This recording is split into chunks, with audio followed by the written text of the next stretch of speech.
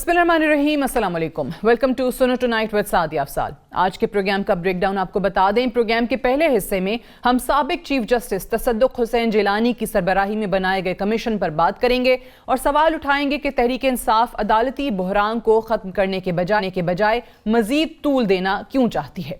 क्या पाकिस्तान की आला अदलिया को अदना सियासत की नज़र किया जाना दुरुस्त अमल होगा।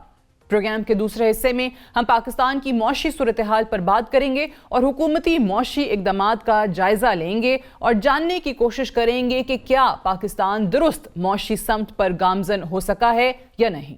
प्रोग्राम का तीसरा हिस्सा हमारा एडिटोरियल होगा, जिसमें हम व्हाइट हाउस की तरफ से इजराइल को असलहे की फराहमी पर बात करेंगे और आपको बताएंगे कि आज की तारीख में जो बाइडन और नेतन्याहू का रास्ता रोकने वाला कोई नहीं। पाकिस्तान में ना खत्म होने वाली सियासत का सिलसिला जारी है। हालिया मौजूए बहस इस्लामाबाद हाई कोर्ट के 6 जजेस का सुप्रीम जुडिशल कमीशन को लिखा गया खत है, जिसमें खुफिया एजेंसियों की मुबैना मुदाखलत और दबाव में लाने का तस्करा किया गया है। 4 दिन की हुकूमती और अदलिया की अहम मुलाकातों के बाद गुज़श्ता रोज वज़ीर आज़म शहबाज शरीफ की ज़ेर सदारत वफाकी काबीना के इजलास में साबिक चीफ जस्टिस तसद्दुक़ हुसैन जिलानी की सरबराही में इंक्वायरी कमीशन की तश्कील और इसके TORs को हतमी शक्ल देकर मंजूरी दी गई।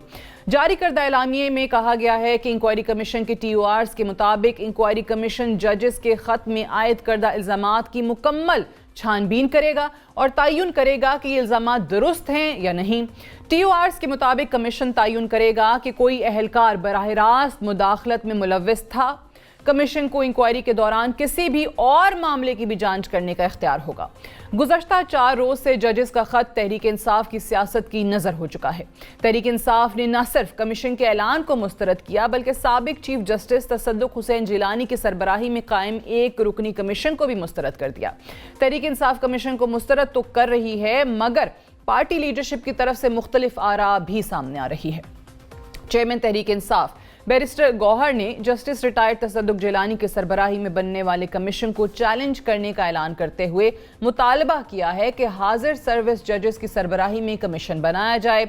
साबिक स्पीकर असद कैसर ने मौजूदा सूरत हाल का जिम्मेदार वज़ीर आज़म को करार देते हुए अदलिया आज़ादी की तहरीक शुरू करने का ऐलान किया है, जबकि मरकजी रहनुमा शेर अफजल मरवत ने कमीशन के सरबराह को मिसफिट करार देते हुए अपने पैगाम में कहा कि मामले को संजीदा लेना चाहिए था और चीफ जस्टिस को मामले का अज खुद नोटिस लेना चाहिए।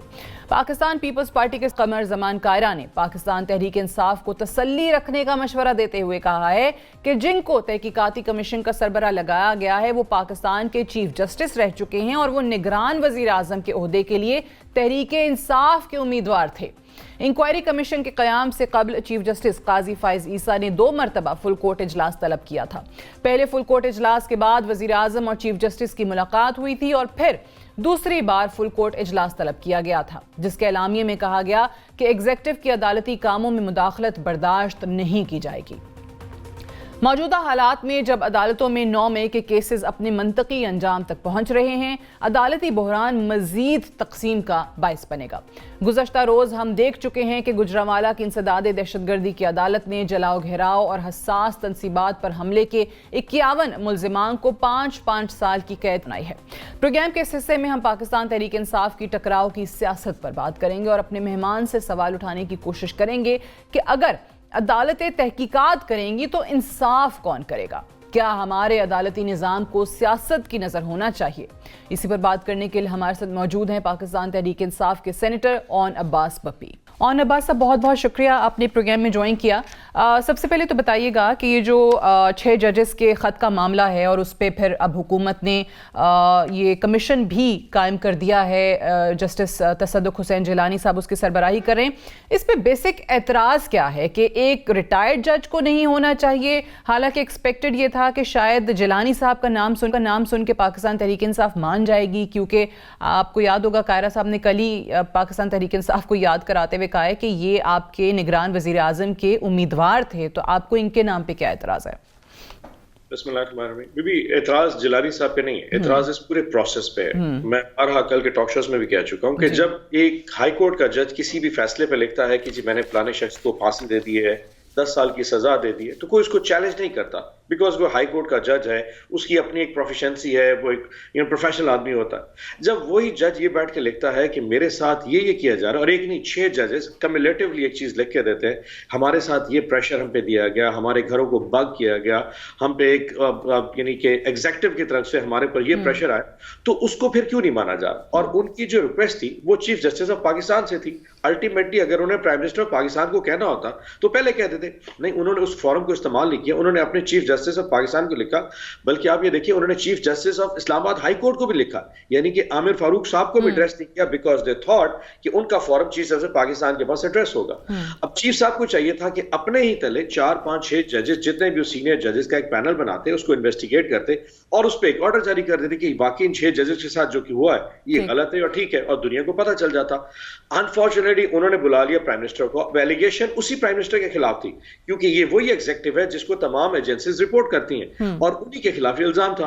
अब उसने अपनी टीओआर's, अपने एसओपीज के तहत एक ऐसा कमीशन बनाया जिसके नीचे वो अब खुद इन्वेस्टिगेट होगा। अब उसमें जिलानी साहब या कोई भी हो, वो पाकिस्तान में रहता है जहां पे बड़े बड़े सुप्रीम कोर्ट, हाई कोर्ट के जजेस नहीं ठहर सके, वो एक रिटायर्ड जज क्या प्रेशर ले पाएगा?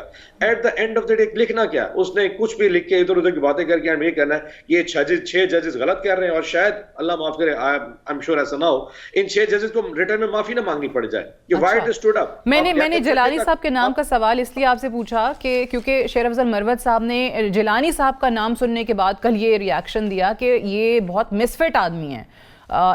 जिलानी साहब को उन्होंने मिसफिट करार दे दिया था। मैं एक अर्ज करूं, मैंने जिलानी साहब के नाम के वाले से ज्यादा बात इसलिए भी नहीं करना चाह रहा कि मुझे इस प्रोसेस पे एतराज है। नाम तो बहुत दूर की बात है ना, मतलब क्या इस गवर्नमेंट का ये अख्तियार है कि वो इसको इन्वेस्टिगेट करे? इस सिटिंग गवर्नमेंट का इस पूरे प्रोसेस, जो 6 जजेस एलिगेशन लगाएं, उस पूरे प्रोसेस में जो हेल्म ऑफ द अफेयर्स है वो ये प्राइम मिनिस्टर है, ये गवर्नमेंट है। अगर ये इसको इन्वेस्टिगेट करे, इनके नीचे कोई भी शख्स बैठा हो, आप ये देखें कि पाकिस्तान में सिवाय पेशावर हाई कोर्ट के अलावा तमाम जितनी भी हाई कोर्ट थी, वो ये पिछले 1-1.5 साल में कोई प्रेशर बर्दाश्त नहीं कर सकी। हम लोगों के साथ जो हुआ, आपको याद है लाहौर हाई कोर्ट में एक जज साहब ने कहा था, यार चुप करके जाके प्रेस कॉन्फ्रेंस क्यों नहीं कर देते, क्या अजाब को डाला हुआ है, हम नहीं निकाल सकते तुमको। वो MP 13 का जो ऑर्डर होता था, एक हाई कोर्ट का जज एक DC के ऑर्डर को रिटर्न नहीं कर सकता था, तो वहां पे एक रिटायर्ड जज को आप लगाएंगे तो उसने क्या प्रेशर बर्दाश्त करना है? एट द एंड लिखना है कि 6 जजेस झूठ बोल रहे हैं और मैं इनकी कहानी नहीं मानता, बात खत्म। सो इनका जो स्टांस है उसी तरह रिवर्स हो जाए जैसे लियाकत चट्टे का स्टांस था। सो अगर आपने पाकिस्तान में थोड़ी सी अगर कोई ग्रेस रखनी है, आई मीन एक हाई कोर्ट का जज तो एक बहुत मोतबर आदमी है, हम तो पाकिस्तान तहरीक इंसाफ के लोग तो बहुत फजूल लोग हैं ना, हम तो झूठे हैं, हम पोलिटिसाइज हैं, हमने रियासत के खिलाफ जनाब कोई शायद बहुत बड़ा कोई फसाद डाला हुआ था। ये लोग तो फसादी नहीं है ना, इनकी बात तो प्रॉपर्ली एक फोरम पे सुनी जानी चाहिए थी। And I suppose chief justice was the बेहतरीन forum, but somehow I don't know why he got carried away और उनको बुला के मुलाकात करके। बिल्कुल सही है। हैविंग सेड दैट, मैंने क्योंकि पहले भी शेर अफजल मरवत साहब का जिक्र किया, आपकी पार्टी में भी मुख्तलिफ आरा सामने आती है। एक शख्स कहता है कि जनाब चीफ जस्टिस पाकिस्तान को मुस्ताफ़ी हो जाना चाहिए, फिर दूसरा आता है chief justice Islamabad high court को भी साथ ही इस्तीफ़ा दे देना चाहिए। इस कमीशन को तो चले मुस्तरद कर ही दिया, वो तो सारे पाकिस्तान तहरीक इंसाफ वाले बात करें। मरवत साहब कहते हैं कि जी ये इन 6 जजेस का भी कसूर है कि जब ये चीज़ें हो रही थी जो उन्होंने अपने खत में मेंशन की हैं, तो उस वक्त इन्होंने खुद ही जज की हैसियत में अजाला क्यों नहीं किया? अच्छा देखिए, एक उनका अपना पर्सनल स्टांस है, ऑब्वियसली मैं उस पर कमेंट नहीं करूंगा। पार्टी के बहुत सारे लोग पर्सनल स्टांस देते रहते हैं, लेकिन ओवरऑल पार्टी की तरफ से किसी भी जज की मुस्ताफी होने के हवाले से कोई खबर नहीं। यस, जस्टिस आमिर फारूक के हवाले से, इस्लामाबाद हाई कोर्ट के हवाले से पार्टी ने बारहा कहा कि उनको खान साहब के केस नहीं सुनने चाहिए थे, बिकॉज उनका कॉन्फ्लिक्ट ऑफ इंटरेस्ट है। उनके जिस किस्म के वर्डिक्ट्स पहले आते रहे इमरान खान साहब के हवाले से, वो बड़े अनफेयर थे, बड़े बायस किस्म के थे। उसमें हमने बार बार कहा कि उनको रिक्यूज कर जाना चाहिए। इस्तीफे के हवाले से भी बात पार्टी में उनके हवाले से हुई थी, चीफ जस्टिस पाकिस्तान के हवाले से ऐसी कभी बात दोबारा मैंने नहीं सुनी। Having said that, मैं ये कहूं कि जो भी पार्टी में हमारा सीनियर लीडरशिप, उसकी अपनी पर्सनल राय तो है, हमें उसकी रिस्पेक्ट करनी चाहिए। पार्टी का स्टांस कभी भी चीफ जस्टिस पाकिस्तान से नहीं आया। यस, हमें पार्टी इन अदालतों के फैसलों पर एतराज बहुत ज्यादा है। इन 6 जजेस के हवाले से बहुत सारे जज हैं, जैसे बाबिर सत्तार साहब है, उन्होंने शहरियार अफरीदी और शानदाना गुलजार के केस में जो स्टांस लिया था, वेरी ब्रेव ऑफ हिम। इस तरह अरबाब ताहिर साहब ने बहुत बड़ा स्टांस लिया था, जहांगीर साहब ने stance, so they were very brave. अब उसमें से किसी को सिंगल आउट करना, I think that will be unfair, but उनकी शायद मरवत साहब ने कोई चीज ऐसी देखी हो जो शायद मेरे इल्म में ना हो, but overall they have been very fine and I am sure कि ये जो प्रिंसिपल स्टांस लिया है, इसको पूरे पूरी दुनिया में सराहा जा रहा है। यानी वेरी फ्रैंकली इस पाकिस्तान में, आजकल के पाकिस्तान में इस तरह का स्टांस लेना, कैन यू इमेजिन दैट? मतलब एक चीफ जस्टिस हाई कोर्ट के बैठ के कहें कि हमारे ऊपर प्रेशर है, या मेरे वॉशरूम में बग्ड है, या उसमें कैमरे लगे हुए हैं।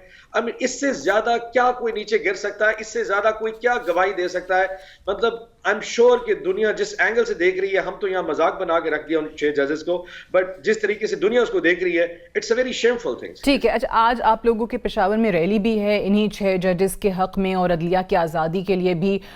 कल मैं देख रही थी कि असद कैसर साहब ने, साबिक स्पीकर कौमी असम्बली, उन्होंने कहा है कि हम अदलिया बहाली की तहरीक का आगाज़ करेंगे। सो वो ईद के बाद क्या तहरीक है, किस तरीके से आप इसको आगे लेकर चलना चाहते हैं, उसके लिए आपका प्लान ऑफ एक्शन क्या है?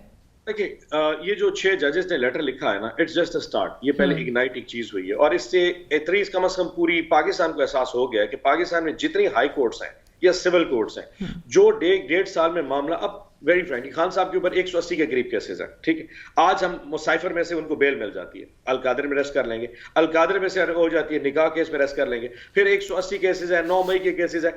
तो क्या ये अदलिया और इंसाफ का मजाक नहीं है? मतलब एक अदलिया कहती है कि जी इस बंदे को छोड़ दिया जाए, उसको MP13 में अरेस्ट कर लेते हैं। अब वो जितने हमारे लोग थे जो लाहौर में केसेस में निकले हैं, उनको MP13 की तरह अरेस्ट कर लिया। सो आग बनाया जा रहा है, पूरी एक अदलिया और इंसाफ के निजाम था। तो मेरे ख्याल में इट इज राइट टाइम कि पाकिस्तान में इनके लिए एक इंसाफ की मुहिम चलाई जाए, and it is a right time, ये 6 जजेस के लेटर के बाद, कि अगर आज पाकिस्तान की अवाम और खास तौर पर हमारे जो वकला हजरात हैं, उन्होंने इस अदलिया की रेस्टोरेशन के लिए, उनके वकार को बुलंद करने के लिए मूवमेंट ना चलाई, इट बी टू लेट। फिर एक भोंडा मजाक बन जाएगा। यकीन जाने, जो अगर कोई शख्स कत्ल करके आएगा और जब उसको फांसी दी जाएगी, तो जो फांसी देने वाला है और लेने वाले दोनों एतराज करेंगे कि इन जजेस की अपनी वैल्यू क्या है। ठीक है, ये तो प्रेशर में आके किसी को भी बेल अभी बिल्कुल सही है ये। अभी हाल ही में हम ये देख भी रहे हैं कि कुछ ऐसी चीजें हुई हैं जिस पर ऑब्वियसली अदालत के अंदर से आवाजें उठी हैं। सीनियर मोस्ट जजेस जो हैं, उनका इख्तलाफ इस तरह पहली बार पब्लिक में आना सामने शुरू हुआ है, जो पहले नहीं होता था। पहले सियासी तौर पे मीडिया पे बहस हो गई, लेकिन अब इदारे का, जजेस का, इस तरीके से पोलराइजेशन जो सोसाइटी में, ये जो अदलिया के अपने अंदर एक तकसीम है, इसका हल क्या है आपके नजर में? अच्छा, अदलिया की तकसीम वैसे तो शुरू से रही है, ये कोई आज की बात नहीं, सामने अब आ गई। अब तो, लेकिन अब थोड़ा सा ऑब्वियस इसलिए भी ज्यादा हो गया कि देखिए, ये इंसान की जो अपनी अंदर की जो कॉन्शियस है किसी भी शख्स की, चाहे वो हाई कोर्ट का जज हो, चाहे सुप्रीम कोर्ट, कहीं ना कहीं कॉन्शियस ने उठना तो होता है। ये एक आम पाकिस्तानी भी तो है, जज होने के अलावा कोई भी, या किसी भी ओहदे में बड़ा शख्स जो बैठा होगा, वो एक पाकिस्तानी तो है। उसको भी नजर आ रहा है कि पिछले 1-1.5 साल में एक जमात के साथ, एक लीडर के साथ जो कुछ हो रहा है वो अनफेयर है। आई मीन इट्स जस्ट, यानी कि ओवर रन करने की जो कोशिश है उनको भी नजर आ रही है। तो अगर कोई इस बात के ऊपर आवाज बुलंद करता है, तो मेरे ख्याल में उसको डिवीजन की बेस पे नहीं देखना चाहिए। मैं उसको इस हिसाब से देखता हूं कि अदलिया को यह चाहिए कि अगर वो समझते हैं अपने वकार को बुलंद करने के लिए, जैसे मैंने पहले कहा, ठीक है। अब बिल्कुल सही, इस खत के बाद से और जब से ये कहानी हमारे सामने आई है, हुकूमत का एक स्टैंड है और वो ये है कि जनाब ये एक और मजीद एक नया खिलौना जो है ना, इन 6 जजेस ने अब तहरीक इंसाफ को एहतजाजी सियासत के लिए प्रोवाइड कर दिया है, और अब ये तहरीकें चलाएंगे और एहतजाज करते रहेंगे। मैं सवाल करना चाहती हूँ 9 मई के हवाले से, क्योंकि वो केसेस अब यहाँ इस्लामाबाद हाई कोर्ट में आने, बड़ी जल्दी उनकी समातें भी हैं। कल हमने देखा है गुजरांवाला की ATC में 51 लोग जो 9 मई के वाक़यात में मुलव्विस थे, उनको 5-5 साल कैद की सज़ा सुनाई गई है। अब यहाँ पे भी आई थिंक इट्स कैच 2022 इन जजेस के लिए, वो किस तरीके से कि अगर इन मुलव्विस अफराद के हक़ में फ़ैसला आ जाता है, तो फिर हुकूमत कहेगी कि हमने तो पहले ही कह दिया था कि ये जो हैं वो एक ख़ास जमात की हिमायत में ये तमाम चीज़ें कर रहे हैं। उनके ख़िलाफ़ आएगा तो आप कहेंगे कि अदलिया जो है, ये जजेस जो हैं दबाव में आ गए हैं, तो करे वो क्या? अच्छा, कर्ज करूं कि ये जो है ना कि पॉलिटिकल फैसला अपने हक में आए तो बंदा प्रो हो जाता है, गेन आए तो बंदा अगेंस्ट होना शुरू हो जाए। ये कोई पुरानी रीत है, ये कोई नया काम नहीं है, हमेशा से ऐसे रहा है प्रॉब्ली। हैविंग सेड दैट, जो कल जिन लोगों पे ये केसेस हुए हैं, अब फॉर एग्जांपल ये जो 51 लोग पकड़े गए होंगे दहशतगर्दी अदालत में, अगर उसने किसी ने अगर पत्थर मारा है तो उसको 5 साल की सजा है, अगर किसी ने गाड़ी तोड़ी तो 5 साल की सजा है, अगर किसी ने SP के कपड़े फाड़े तो 5 साल की सजा है, किसी ने पुलिस की गाड़ी को आग लगाई तो 5। ये जो यूनानिमस स्टैंडर्ड है सजा देने का, कि सबको 5 साल की सजा दे जाए, ये तो कोई भी इंसान कह सकता है कि इसमें कहीं ना कहीं नुक्ता है पड़ा।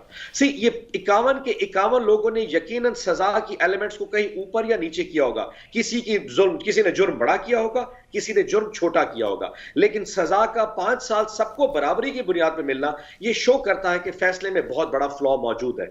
अगर इस फैसले की करेक्शन इस्लामाबाद हाई कोर्ट या कोई भी हाई कोर्ट करती है तो उस पर किसी का एतराज नहीं होना चाहिए। अगर एक पॉलिटिकल पार्टी का वर्कर अपने लीडर की अरेस्ट गिरफ्तारी के ऊपर अगर सड़क के ऊपर आके एहतजाज करके सिर्फ नारा बुलंद करता है इमरान खान जिंदाबाद, और उसमें 5 साल की सजा दी जाए तो गलत है। अगर वही शख्स आके पुलिस की गाड़ी जला दे तो फिर शायद ठीक है। सो इन दोनों लोगों में फर्क करना चाहिए। अगर पहले को जमानत मिल गई तो इंसाफ, अगर दूसरे को मिल रही है तो शायद उसमें थोड़ा ज्यादा। सो इन दोनों को डिफरेंस देखें। अगर इस्लामाबाद हाई कोर्ट इनमें डिफरेंशिएट करना शुरू कर दे, दैट्स फेयर लॉ। इसके ऊपर क्या पॉलिटिसाइजेशन है? सो मेरे ख्याल में आपको तहरीक इंसाफ के इन वर्करों के साथ थोड़ी हमदर्दी करनी चाहिए। ये एक आम पॉलिटिकल वर्कर्स थे जो एक गिरफ्तारी के खिलाफ एहतजाज के लिए निकले थे। उनकी फैमिलीज हैं, उनके बच्चे हैं, मतलब ऑलरेडी 10-10 महीनों से जेल में पड़े हुए हैं। एक पत्थर मारने के ऊपर, मतलब एहतजाज पे, सड़क ब्लॉक करने पे, टायर जलाने में 5 साल की सजा। I think this is too unfair, this is high handedness by the law. और अगर कहीं उसको मतलब आके इस्लामाबाद हाई कोर्ट देखता है तो इसमें मतलब थोड़ी सी सेंसिटिविटी मेरे ख्याल होनी चाहिए। अच्छा, लास्टली मुझे ये भी बताइएगा कि हम अक्सर हुकूमती लोग आते हैं प्रोग्राम में तो उनसे सवाल करते हैं कि आप हुकूमत हैं, दिल बड़ा करें, जो अगर जिन लोगों के खिलाफ एविडेंसेस नहीं हैं तो उनको आप कैद में मत रहने दें, उनकी रिहाई का ऐलान कर दें। वहाँ पे जवाब ये मिलता है और अक्सर लोगों की तरफ से मिलता है कि पाकिस्तान तहरीक इंसाफ के लोग जो हैं वो बात करने को तैयार नहीं हैं। जिनके खिलाफ वाकई में एविडेंसेस हैं उनके लिए तो कोई राह फरार इस वक्त है नहीं, लेकिन अगर कहीं पर इनके पास कोई शवाहिद हैं कि कुछ लोग बेगुनाह हैं तो वो भी हम हुकूमत से बैठ के बात करें तो हम वहाँ पे भी देख लेंगे। हालांकि फैसले अदालतों के अंदर हैं, उन्होंने ये तमाम केसेस का फैसला करना है। बट क्या वाकई कोई रिजिडनेस इस वक्त ज़्यादा आप लोगों की तरफ से बात नहीं हो रही है? अच्छा देखिए, ये तो एक केसेस हैं 51 केसेस जो कि दहशतगर्दी अदालत वो तो वो हो गए फैसले, हाँ वो तो है वर्कर्स। बिल्कुल। जहां तक आप पॉलिटिकल केसेस की बात करें तो आप देखिए अगर मफाहमत की फिजा की बात करें तो it starts from the top. तो वो तो फिर आनी है प्राइम मिनिस्टर पाकिस्तान से और वो आनी है इमरान खान साहब की केसेस के ऊपर। आप जिस किस्म के मामला इस वक्त अडियाला जेल में खान साहब के हवाले से चल रहे हैं, एक केस दूसरा केस, क्या आपको उसमें कहीं मफाहमत नजर आ रही है? मतलब आपको तो वहां रेजिस्टेंस ही नजर आ रही है, बल्कि अगर आप इनके बयानात को देखें तो वो उसका जो एक थ्रॉटल है वो उसको बढ़ाते जा रहे हैं। सो अगर इमरान खान साहब के हवाले से इस हुकूमत की कहीं से हमें मफाहमत की फील नहीं आ रही तो हम निचले लेवल के ऊपर जहां सिर्फ कानून की अमलदारी, किसी ने पत्थर मारा, किसी ने, तो वहां पे किससे बात की जा सकती है? अब एक दहशतगर्दी अदालत के जज से तो बात नहीं की जा सकती। बात वहां पे होगी जहां पॉलिटिकल केसेस है। पॉलिटिकल केसेस का इमरान खान साहब अगर आप जी अगर आप वहां पे बात करने को तैयार नहीं है और वहां पे आप निकाह जैसे केसेस के ऊपर इतना ऊपर जा रहे हैं, साइफर पे आगे जा रहे हैं, फिर आप अलगादर पे जा रहे हैं, सो वहां से हमें तो कोई ऐसी ठंडी हवा नहीं आ रही। तो what do you expect from us? मैं एक बात बताऊं, हमारी पार्टी में भी कंफ्यूजन है। कुछ लोग मफाहमत की बात करते हैं, कुछ लोग नहीं करते, बट मेजॉरिटी मजहमत और रेजिस्टेंस पे है। और मैं पर्सनली तौर पे बिलीव करता हूं हमें रेजिस्टेंस की मूवमेंट की तरफ जाना पड़ेगा। ये जिस किस्म का ब्लॉक एक हाउस ऑफ कार्ड्स क्रिएट कर दिया गया, देखिए पहले उनको चोरी की सीटें दिला दी गई, फिर हुकूमतें दिला दी गई, चारों सूबों में एक पूरी चाल बिसात बिछाई दी गई है, फिर एक प्राइम मिनिस्टर, फिर कैबिनेट, अब सेनेट के इलेक्शन आ रहे हैं। आप कहते हैं मुजाहमत जो है, रेजिस्टेंस जो है वो होनी चाहिए। So you are also one of the hawks of Pakistan Tehreek Insaf, not doubts. Okay, too much Senator On Abbas Bapisa for joining us on the show. We'll take a break here. Stay tuned.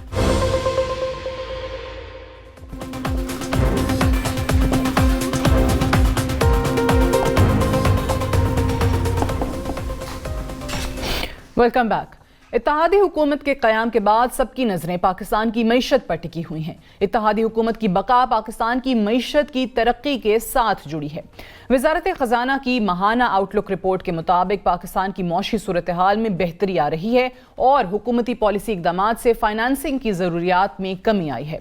हुकूमत IMF के साथ staff level मुआहदा मुकम्मल कर चुकी है और वज़ीर ख़जाना मोहम्मद औरंगज़ेब वाज़े कर चुके हैं कि अप्रैल में नए और बड़े प्रोग्राम के लिए IMF के साथ मुज़ाकरात होंगे। गुज़श्ता रोज़ वज़ीर ख़जाना ने कराची स्टॉक एक्सचेंज से खिताब करते हुए मुस्तक़बिल की मौशी पॉलिसी पर रोशनी डालते हुए कहा था कि हुकूमत का काम कारोबार करना नहीं, पॉलिसी देना है। निजी शोबे को क़यादत करनी होगी। PIA की प्राइवेटाइजेशन के नतायज स्टॉक मार्केट में आ रहे हैं। अगला प्लान डिस्कोस की निजकारी होगा। अदालतों में 1700 अरब रुपए के केसेस हैं, वो रकम आधी भी मिल जाए तो टैक्स देने वालों को रिलीफ मिल सकता है। पाकिस्तान में रवां साल 9400 अरब रुपए का टैक्स टारगेट रखा गया है और वजीर खजाना का कहना है कि टैक्स कम और ना देने वालों तक पहुंचने से पहले आमदनी 12,000 अरब तक ले जाएंगे। नए मुआहदे से पहले हुकूमत से तवक्को की जा रही है कि 1 जुलाई से शुरू होने वाले माली साल में PIA, स्टील मिल्स और रेलवेज जैसे रियासती इदारों पर सरमायाकारी खत्म कर दी जाए। बिजली, गैस और पेट्रोलियम की कीमतों में इजाफा किया जाए। रियासती कारोबारी इदारों की निजकारी के साथ इनकम टैक्स नेट में भी इजाफा किया जाए। IMF के मुतालबात और हुकूमती इकदामात को देखते हुए ये तवक्को नहीं की जा सकती कि आम आदमी को अशियाए खुर्दोनोश और दीगर सहूलतों की कीमतों में रिलीफ मिल सकेगा। दर हकीकत ज्यादातर अशिया और सर्विसेज की कीमतों में इजाफे की तवक्को है। हालांकि वजीर आजम शहबाज शरीफ का कहना है कि इस बार मुश्किल फैसलों का बोझ अवाम नहीं अशराफिया उठाएगी। हुकूमती मौशी रिफॉर्म्स के रास्ते में सबसे बड़ी रुकावट पाकिस्तान में मौजूद महाज आराई की सियासत है। हुकूमत और अपोजिशन को सियासी तनाज़ात को ख़त्म करने की ज़रूरत है, मगर मुस्तकबिल करीब में ऐसा नज़र नहीं आ रहा। हुकूमती इत्तेहादियों की बात की जाए तो मुस्तकबिल करीब में निजकारी और सरकारी इदारों के मुलाजमीन को लेकर हुकूमत और इत्तेहादियों, जिनमें पाकिस्तान पीपल्स पार्टी और MQM शामिल हैं, से मुज़ाहमत भी मुतवक्के है। प्रोग्राम के इस हिस्से में हम हुकूमती मौशी रिफॉर्म्स पर बात करेंगे और सवाल उठाएंगे कि मईशत के मुश्किल फैसले मौजूदा सियासी अदम इस्तेहकाम के माहौल में कैसे मुमकिन हो सकेंगे। कड़े फैसलों का बोझ अवाम पर किस हद तक मुंतकिल होगा। निजकारी जैसे अहम फैसलों पर हुकूमत और इत्तेहादी एक पेज पर कैसे आएंगे। इसी पर बात करने के लिए हमारे साथ मौजूद हैं साबिक चेयरमैन FBR शब्बर जैदी। शब्बर जैदी साहब, बहुत बहुत शुक्रिया प्रोग्राम में आपने वक्त दिया। सबसे पहले तो बताइएगा कि अभी जो फाइनेंस मिनिस्टर ने कल भी बात की कि जो PIA की प्राइवेटाइजेशन का मामला है, उसके नतायज जो हैं वो हमें स्टॉक एक्सचेंज पे नज़र आने लग गए हैं। अब अप्रैल में एक नया, और वो कहते हैं कि जी बड़ा जो मुआहदा है IMF के साथ, उस पर हमने मुज़ाकरात करने हैं।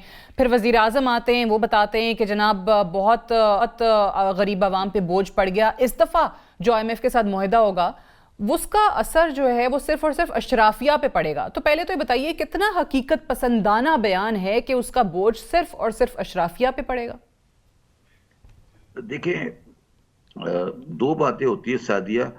मैं वजीर आज़म और वजीर खजाना की इंटेंशन पे या उनकी ख्वाहिश पे बिल्कुल एग्री करता हूँ। उनकी सिंसियरली ख्वाहिश है कि ऐसा ही हो जी, मगर तो पाकिस्तान का निज़ाम इस वक्त सेटल हो चुका है, उसमें उनके पास स्पेस नहीं है और वो मेरे हिसाब से कोई इमीडिएट रिलीफ अवाम को नहीं दे सकते, खास तौर पर टैक्सेशन मैटर में और महंगाई के सिलसिले में। हाँ, ये ज़रूर हो सकता है कि एक डॉलर की स्टेबिलिटी आए तो मज़ीद महंगाई नहीं बढ़े, मगर अगर कोई ये समझता है कि हम टैक्सेशन के मैटर में या कुछ चीज़ों पर एकदम रिलीफ दे देंगे तो वो गलत है।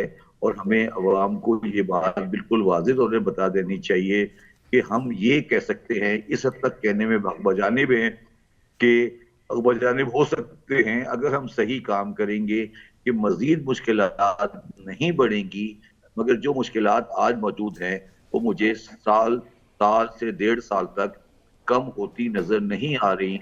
और ये हकीकत पसंदाना एनालिसिस है। जी, साल से 1.5 साल तक अभी ऐसे ही आप कह रहे हैं कि हालात रहेंगे और अगर कोई मुआहदा ऑब्वियसली IMF का जो भी होता है उससे रिलीफ की तवक्को फिलहाल ना की जाए।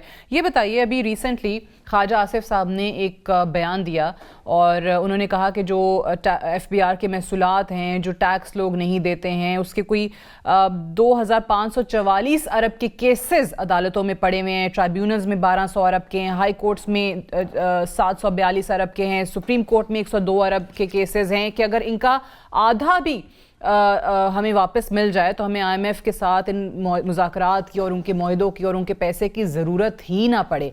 फिर साथ ही उन्होंने एक और भी चीज़ कही कि जी जब मैं PAC का चेयरमैन था, पब्लिक अकाउंट्स कमेटी का, तो मैंने FBR से उस वक्त रब्ता किया था, पुरानी बात बता रहे हैं, और कहीं से कोई जवाब नहीं मिला। FBR, अदलिया और टैक्स नाहिंदगान ये तीनों की मिली भगत से होता है। आप रहे हैं एफबीआर के चेयरमैन, वाकई ऐसे मामलात हैं? देखिए, हम बात सुने सादिया, पहली बात तो मुझे ये बताइए कि ये इतना बड़ा आप बात कर रही हैं, 3 खरब रुपए की बात कर रही हैं। जी। आप ये कह रही हैं कि 3 खरब के मेरे केसेस पड़े हैं हाई कोर्टों में, सुप्रीम कोर्ट, हाई कोर्ट में पड़े हुए हैं, अपीलों में पड़े हुए हैं, और 3 खरब जो है वो तकरीबन पाकिस्तान की टैक्स कलेक्शन का 1/3 है। पहली बात तो मुझे ये समझाएं कि ये बात वजीर दफा क्यों कर रहा है। ठीक। ये बात वजीर दिफा का करने की काम है, ये मुझे समझा दे। वजीर आजम नहीं कह रहा, वजीर खजाना नहीं कह रहा, ये वजीर दिफा कह रहा है कि जी 3 खरब के केसेस हैं। ये हमारी मुल्क की बदकिस्मती है कि जिसका जो काम होता है वो नहीं करता बात। सही। पहली बात। दूसरी बात ये है कि मैं इस बात को बड़ा मुख्तसर कर देता हूँ, और मैं आपके सामने आज रिपोर्ट कह रहा हूँ कि 3 खरब की बात कर रहे हैं। अगर इसमें से ये 300 बिलियन कलेक्ट करते तो ये बहुत बड़ा काम होगा। ये सब फ्रिवलस डिमांड्स हैं, और ये एफबीआर का, गवर्नमेंट ऑफ पाकिस्तान का बहाना है।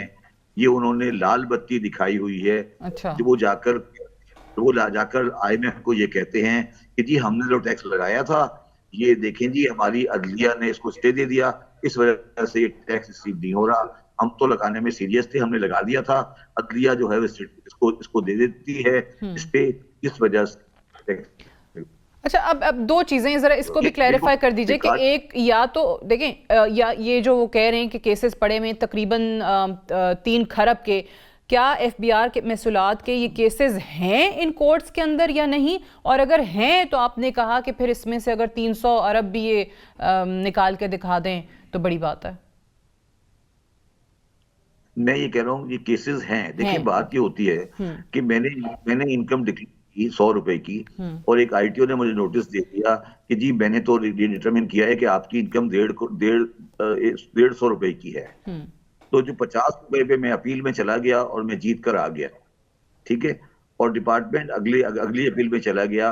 अब वो ये दिखा रहा है कि मैंने 50 रुपए का टैक्स लगाया था, जो अपीलों ने फैसला दे दिया, या अभी फैसला नहीं हुआ, ट्रिब्यूनल डिसाइड करेगा कि ये 50 रुपए बनते हैं या नहीं बनते। अगर मैं ट्रिब्यूनल में जीत गया तो हाई कोर्ट में चला जाएगा, हाई कोर्ट में जीत गया तो चला जाएगा सुप्रीम कोर्ट, ठीक है। तो पहले तो ये डिसाइड करना पड़ेगा कि जो बुनियादी इशू जिसकी वो बात कर रहे हैं उसके सुप्रीम कोर्ट ऑफ पाकिस्तान पहुंचने तक कितना टाइम लगेगा, और दूसरी बात, सुप्रीम कोर्ट ऑफ पाकिस्तान क्या उसमें फैसला देगा फेवर में या नहीं। तो मैं ये कह रहा हूँ ये जो इशू रेस किया गया है इस वक्त जी, ये इसलिए किया गया है सादिया कि ये हम IMF को लाल बत्ती दिखा रहे हैं कि सर आप हमारी ये एफबीआर की खराब कारकर्दगी को छुपाने का सबसे आसान तरीका है कि जनाब आप अदालतों पे डाल दें। आप हमारी कलेक्शन 9,700 कह रहे हैं ना, 9,700 नहीं है, ये 12,000 है, 3,000 तो अदलिया रोक के बैठी है।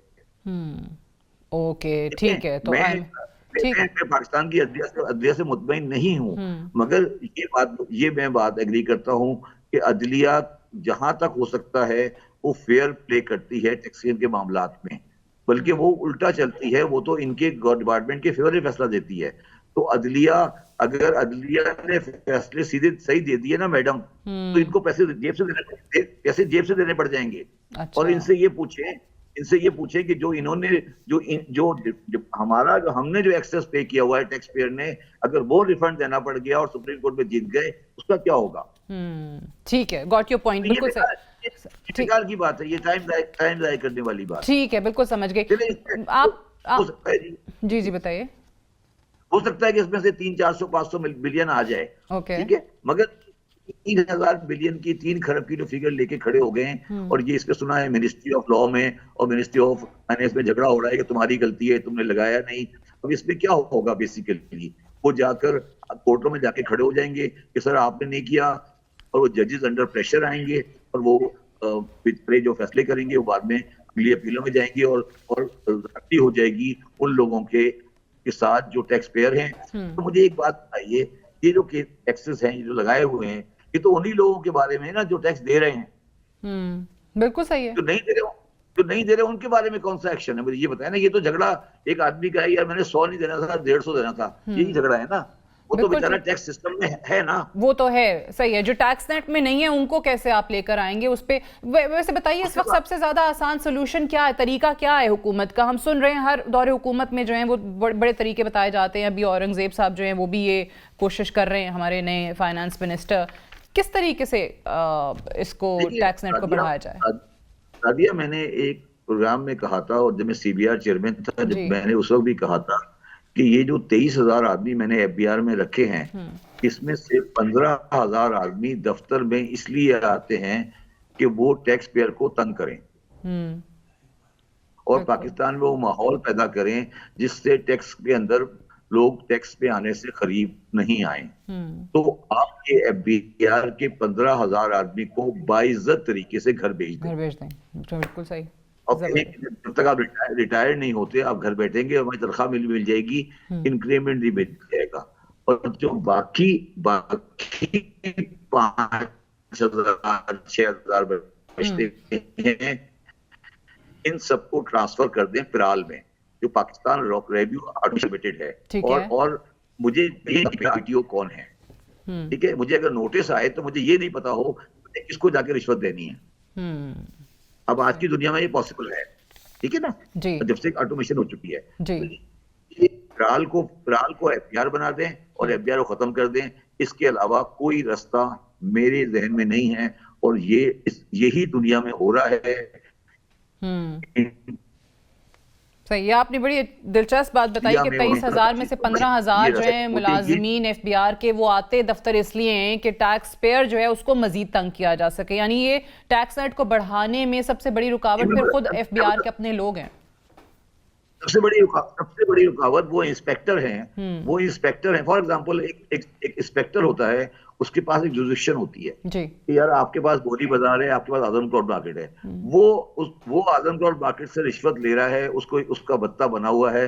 वो कोई भी एक्शन होता है, वो इन्फॉर्मर जाके बताता है कि सर आपके खिलाफ ये होने वाला है, आप हड़ताल कर दें, आप शट डाउन कर दें, आप ये कर दें, आप कर दें। तो वो बेसिकली हमारे लिए मसला है, वो हमारा सोल्यूशन नहीं है। बिल्कुल ठीक है। ये बताइए, आपने मेरे प्रोग्राम में भी बहुत सारी बात की है और मुख्तलिफ चैनल्स पे आपको मैंने सुना है कि क्या क्या तरीके होने चाहिए। मिसाल के तौर पे मुझे याद है लास्ट टाइम आपने गोल्ड के हवाले से बात की थी, 5,000 का नोट बंद करने के हवाले से बात की थी कि स्मगलिंग रुक जाएगी। कोई ये जो नए फाइनेंस मिनिस्टर हैं, इनका जितना भी अभी तक प्लान सामने आया, ये तमाम चीज़ें आपको कहीं नजर आती हैं कि उनकी स्ट्रैटेजी का हिस्सा है? देखिए, दो बातें इसके अंदर। एक उसके अंदर जो बुनियादी जो सवाल है वो ये है कि कुछ देखिए, हमारा मसला ये है कि जब हमारे सर पे पड़ती है ना, फिर हम काम करते हैं। अभी जब हमारे सर पे पड़ी और हमारा डॉलर रोजाना का 10 रुपए ऊपर और 10 रुपए नीचे होना शुरू हुआ, तो हमने एक्सचेंज कंपनियों को सीधा कर दिया, ठीक है। मगर तो हमने तो और बाकी चीजें हैं, जैसे 5,000 का नोट है, और वो चीजें हम सही नहीं कर रहे, हमारी ख्वाहिश नहीं है। अच्छा, इसमें ख्वाहिश नहीं है, इसकी दो शक्लें होती हैं। ख्वाहिश नहीं है और मैं अपने सिस्टम को, मैं कंफर्टेबल हूँ, मेरे सुबह सूरज निकल रहा है, शाम को गुरूब हो रहा है, मैं एक तरीके से खाना खा रहा हूँ, रोजा अफ्तार कर रहा हूँ, मैं कोई बड़ी तब्दीली लाना नहीं चाहता। तो मैं ये कहना चाहता हूँ कि जो गवर्नमेंट, इंक्लूडिंग इमरान खान की गवर्नमेंट, और जो पाकिस्तान की ब्यूरोक्रेसी है, इस्लामाबाद है, वो एक पर्टिकुलर तरीके का निजाम चलाना चाहती है। वो पाकिस्तान में बड़ी तब्दीली नहीं लाना चाहते। और ये जो अभी तक ये गवर्नमेंट आई है, इससे भी मुझे कोई खास उस चीज में नहीं है, मगर सिर्फ एक बुनियादी जो मुझे पॉजिटिविटी है, जो कि नेगेटिविटी से निकलती है। पॉजिटिविटी है मगर वो निकलती नेगेटिविटी से है कि अब हमारे हालात इतने खराब हो गए हैं क्या मजीद खराब होने की गुंजाइश नहीं हो। बिल्कुल ठीक है। जोग्राफिकल सिक्योरिटी जो है वो इररिलेवेंट हो गई है, और हमारा मसला इस वक्त इकोनॉमिक सिक्योरिटी है। बिल्कुल ठीक है। Shabbar Zaidi sahab, thank you very much from the show. Will take a break here, stay tuned.